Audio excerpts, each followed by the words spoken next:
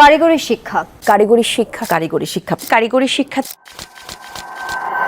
কারিগরি শিক্ষা বর্তমান বিশ্বের সবচেয়ে গুরুত্বপূর্ণ শিক্ষা ব্যবস্থা হলো কারিগরি শিক্ষা ব্যবস্থা। এটি আমাদের জীবনের অপরিহার্য অংশ হয়ে দাঁড়িয়েছে, বিশেষ করে সেই সব ছাত্রছাত্রীদের জন্য যারা ভবিষ্যতে একটি সফল ক্যারিয়ার করতে চায়। কারিগরি শিক্ষার মাধ্যমে ছাত্রছাত্রীরা শুধু বইয়ের তথ্য শেখে না, বরং তারা হাতে কলমে কাজ করার সুযোগ পায়। ফলে তারা বাস্তব জীবনের সমস্যাগুলি সমাধান করতে পারে।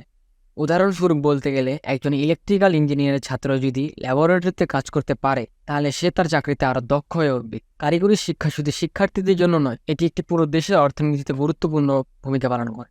বাংলাদেশের মতো উন্নয়নশীল দেশে কারিগরি শিক্ষার মান দিনে দিনে বৃদ্ধি পাচ্ছে। একমাত্র কারিগরি শিক্ষাই পারে দেশের বেকারত্বের হার কমাতে।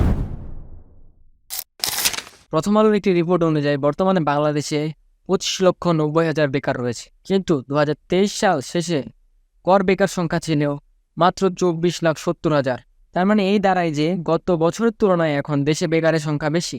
কারিগরি শিক্ষার মাধ্যমে দেশে বেকারত্বের হার কমানো অনেকাংশেই সম্ভব। এর কিছু কার্যকর পদ্ধতি রয়েছে যার মাধ্যমে দেশে বেকারত্ব নিয়ন্ত্রণ করা সম্ভব। কিভাবে সম্ভব এটি আমি একটু পরে বলছি। চলুন দেখে আসি বাংলাদেশে কারিগরি শিক্ষার বর্তমান অবস্থা কেমন। বছরের পর বছর নামকা বাস্তে চলছে অনেক কারিগরি শিক্ষা প্রতিষ্ঠান। বাংলাদেশের মতো পৃথিবীর কোথাও ঢালাওভাবে উচ্চশিক্ষার নামে অনার্স মাস্টার্স করে না শিক্ষার্থীরা। কারিগরি শিক্ষা আধুনিক এই সময়েও এখনো যা সামাজিকভাবে অবহেলিত এবং আমি কিছু প্রধান সমস্যার কথা উল্লেখ করছি। আমার মতে নাম্বার 1 সমস্যা সেটি হলো অবকাঠামোর অভাব। বাংলাদেশে অনেক কারিগরি শিক্ষা প্রতিষ্ঠানে পর্যাপ্ত অবকাঠামো নেই। ল্যাব, ওয়ার্কশপ এবং অন্যান্য প্রয়োজনীয় সামগ্রীর প্রচণ্ড পরিমাণে অভাব রয়েছে। এই অভাবের কারণেই শিক্ষার্থীরা তাদের কারিগরি অভিজ্ঞতা অর্জন করতে পারছে না। ফলে শিক্ষার্থীরা তাত্ত্বিক জ্ঞানেই সীমাবদ্ধ থাকে, যা বাস্তব জীবনে প্রয়োগ করতে সমস্যার সৃষ্টি করে। আইটি ডেভেলপ সেক্টরের যদি ইন্ডাস্ট্রি হতো, যেমন মালয়েশিয়া হচ্ছে, এটা আমাদের জন্য আরও ছেলেদের জন্য এবং দেশের জন্য অনেক কল্যাণ বয়ে আনবে। 2 নম্বর কারণটি আমি যেটা মনে করি, মানসম্মত শিক্ষকের অভাব। কারিগরি শিক্ষার জন্য মানসম্মত শিক্ষকের অভাব একটি বড় সমস্যা। অনেক প্রতিষ্ঠানে দক্ষ এবং প্রশিক্ষিত শিক্ষক নেই, যা দেশের কারিগরি শিক্ষা খারাপ অবস্থাকে চিহ্নিত করে। অনেক প্রতিষ্ঠানে দক্ষ এবং প্রশিক্ষিত শিক্ষক নেই যারা শিক্ষার্থীদের সঠিকভাবে প্রশিক্ষণ দিতে পারে, যার ফলে শিক্ষার্থীরা দক্ষতা অর্জন করতে ব্যর্থ হয় এবং কর্মক্ষেত্রে পিছিয়ে পড়ে। ব্যাপক শিক্ষক নিয়োগ করেছি কারিগরিতে, অবকাঠামোর একটা বিশাল উন্নয়ন কর্মকাণ্ড চলছে, নতুন কারিকুলাম সেগুলো ক্রমাগত সেটাকে আপডেট করা হচ্ছে। আমার মতে তৃতীয় যে জটিল সমস্যাটি রয়েছে তা হলো কারিকুলামের দুর্বলতা। বাংলাদেশে অনেক শিক্ষা প্রতিষ্ঠানে সময়ের সাথে তাল মিলিয়ে কারিকুলাম আপডেট হয় না, ফলে শিক্ষার্থীরা পুরনো এবং অপ্রাসঙ্গিক তথ্য শিখছে, যা বর্তমান চাকরির বাজারে একদম সামঞ্জস্যপূর্ণ নয়। আধুনিক তথ্য প্রযুক্তি সম্পর্কে শিক্ষার্থীদের জানানো হচ্ছে না, যা তাদের ক্ষেত্রে সফল হতে বাধা সৃষ্টি করে। চতুর্থ যে কারণটি হলো সেটি হচ্ছে অর্থনৈতিক এবং সামাজিক সীমাবদ্ধতা। অনেক শিক্ষার্থীরাই কারিগরি শিক্ষা অর্জন করতে চাইলেও তারা অর্থনৈতিকভাবে অনেক দুর্বল, তাই তারা কারিগরি শিক্ষার সুযোগ থেকে বঞ্চিত হয়।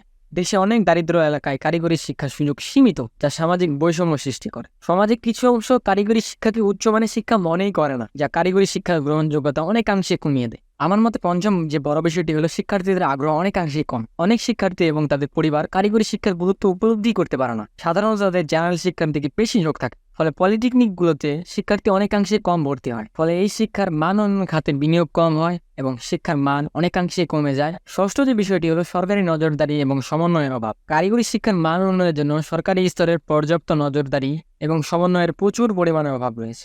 অনেক সময় শিক্ষার মান উন্নয়নে গৃহীত পদক্ষেপ, নীতি এবং কর্মসূচি বাস্তবায়ন করা হয় না, ফলে এই খাতের উন্নয়ন বাধাগ্রস্ত হয়।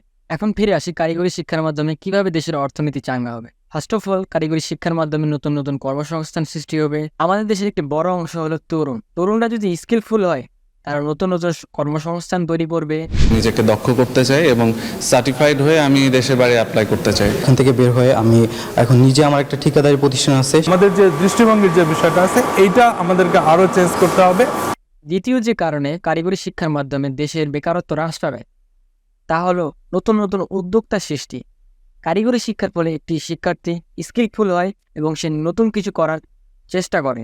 কারিগরি শিক্ষার মাধ্যমে দেশে আন্তর্জাতিক মানের কর্মসংস্থান সৃষ্টি হবে, যা দেশের অর্থনীতিতে গুরুত্বপূর্ণ অবদান রাখবে। বাংলাদেশে কারিগরি শিক্ষার প্রয়োজনীয়তা দিন দিন বাড়ছে। এটি শুধু ব্যক্তিগত স্বার্থের জন্য নয়, জাতীয় স্বার্থের জন্য খুব গুরুত্বপূর্ণ। এটি নিশ্চিত যে আমাদের যুব সমাজ শিক্ষার মাধ্যমে তাদের ভবিষ্যৎকে উজ্জ্বলময় করতে পারে। তাই আমাদের উচিত কারিগরি শিক্ষার মান উন্নয়ন করা। কারিগরি শিক্ষার মান উন্নয়নের জন্য বেশ কিছু পদক্ষেপ রয়েছে। নাম্বার 1, আধুনিক এবং প্রাসঙ্গিক কারিকুলাম তৈরি করা।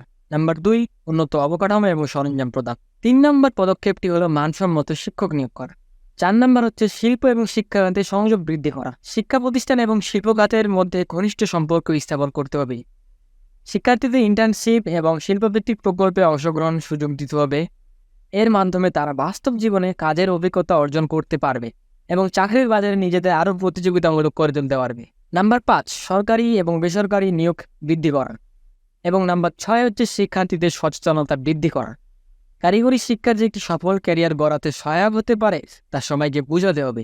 শিক্ষার্থীদের মধ্যে শিক্ষার প্রতি আগ্রহ বাড়াতে হবে এবং প্রচারণার মাধ্যমে তা সবার মাধ্যমে ছড়িয়ে দিতে হবে। আমার মতে 7 নম্বর ব্যবস্থাটি হলো গুণগত মান এবং পর্যালোচনা। কারিগরি শিক্ষার মান নিয়ন্ত্রণে একটি শক্তিশালী পর্যবেক্ষণ এবং পর্যালোচনার ব্যবস্থা থাকতে হবে। নিয়মিত মান যাচাই করা এবং শিক্ষা প্রতিষ্ঠানগুলোতে কর্মদক্ষতা মূল্যায়ন করা প্রয়োজন। ফলে শিক্ষার মান উন্নয়নের প্রয়োজনীয় পরিবর্তন এবং উন্নয়নের সুযোগ তৈরি হবে। 8 নম্বর পরিবর্তনটি হচ্ছে বহিরাগত পরামর্শ ও সহায়তা গ্রহণ। যেসব দেশে কারিগরি শিক্ষায় উন্নত তাদের কাছে পরামর্শ এবং সহায়তা গ্রহণ করা যেতে পারে। তাদের সফল মডেলগুলো থেকে শিক্ষা গ্রহণ করে বাংলাদেশের কারিগরি শিক্ষা ব্যবস্থাকে আরও কার্যকর এবং আধুনিক করা যেতে পারে। কারিগরি শিক্ষার মান উন্নয়ন একটি দীর্ঘ ও ধারাবাহিক প্রক্রিয়া। এটি অনেক বড় একটি কঠিন প্রক্রিয়া। সরকারের সুদূর প্রসারী পরিকল্পনা, শিক্ষাবিদের নিরলস প্রচেষ্টা এবং সমাজে সক্রিয় অংশগ্রহণের মাধ্যমে কারিগরি শিক্ষার মান উন্নয়ন করা সম্ভব। এর মাধ্যমে শিক্ষার্থীরা দক্ষতা অর্জন করে একটি সফল ক্যারিয়ার গড়তে এবং দেশের অর্থনৈতিক উন্নয়নের গুরুত্বপূর্ণ অবদান রাখে। আমরা সকলে একজোট হই, কারিগরি শিক্ষার মান বাড়াই। আমি Mohammad Shahriar Shahi, stand with Dhaka Polytechnic institute.